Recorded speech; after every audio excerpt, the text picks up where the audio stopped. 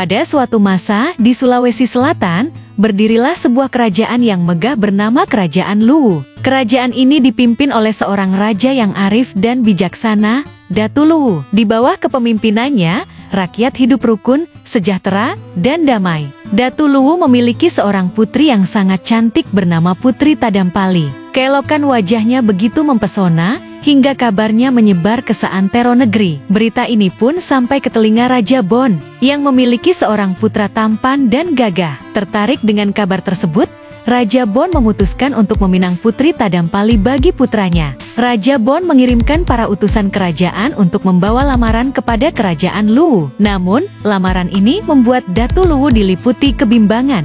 Dalam adat Luwu, seorang putri tidak boleh menikah dengan pria dari luar suku mereka. Jika lamaran ini ditolak, ia khawatir hubungan antara kedua kerajaan akan memanas dan menimbulkan peperangan. Demi menghindari konflik yang dapat membahayakan rakyatnya, Datu Luwu dengan berat hati menerima lamaran tersebut. Utusan Raja Bon kembali ke kerajaannya membawa kabar bahagia. Namun, tak lama setelah itu, sebuah kejadian mengejutkan terjadi. Tubuh Putri Tadampali mendadak dipenuhi bintik-bintik yang mengeluarkan cairan berbau tak sedap. Datu Luwu memanggil tabib dari seluruh penjuru negeri, tetapi tak satu pun yang berhasil menyembuhkan sang putri. Lebih buruk lagi, penyakit ini dianggap menular. Demi melindungi rakyatnya, Datu Luwu dengan perasaan hancur memutuskan untuk mengasingkan Putri Tadampali. Putri Tadampali, meski sedih, menerima keputusan ayahnya dengan lapang dada. Sebelum berpisah, Datu Luwu memberikan sebuah keris pusaka sebagai tanda cintanya,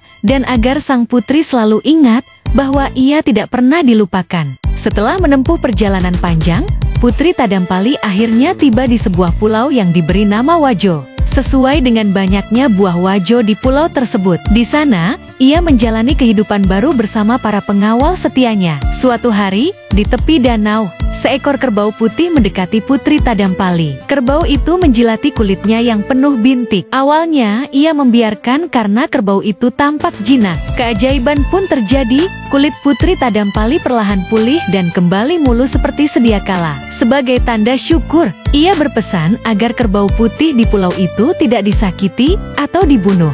Beberapa waktu kemudian, putra mahkota Kerajaan Bon bersama rombongan pemburunya tiba di Pulau Wajo. Dalam perjalanan, ia tersesat dan berakhir di sebuah pemukiman sederhana. Di sana, ia bertemu dengan Putri Tadampali. Dalam waktu singkat, mereka saling mengenal dan terpikat satu sama lain. Namun, pagi tiba, dan putra mahkota harus kembali ke kerajaannya. Sejak kembali, putra mahkota tak mampu melupakan Putri Tadampali. Melihat putranya sering termenung, Raja Bon mengetahui perasaan sang putra dari panglima kerajaan yang juga menyaksikan pertemuan mereka di Pulau Wajo. Raja Bon akhirnya memutuskan untuk kembali meminang Putri Tadampali. Saat para utusan datang, Putri Tadampali memberikan keris pusaka ayahnya sebagai syarat. Ia meminta agar putra mahkota terlebih dahulu meminta restu dari Datu Luwu. Jika keris itu diterima, berarti lamaran diterima. Putra mahkota pun berangkat ke Kerajaan Luwu. Setibanya di sana,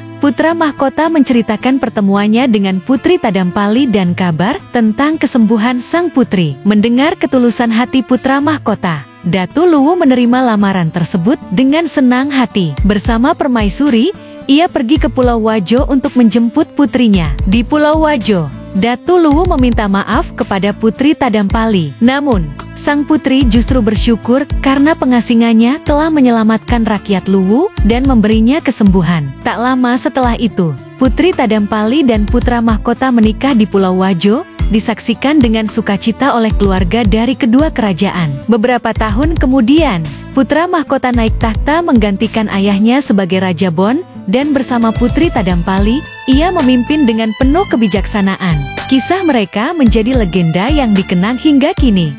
Terima kasih telah menonton Dongeng Nusantara di channel Dreamy Tales. Jangan lupa untuk like, komen, share, dan subscribe untuk terus mendukung channel ini. Sampai jumpa di dongeng berikutnya.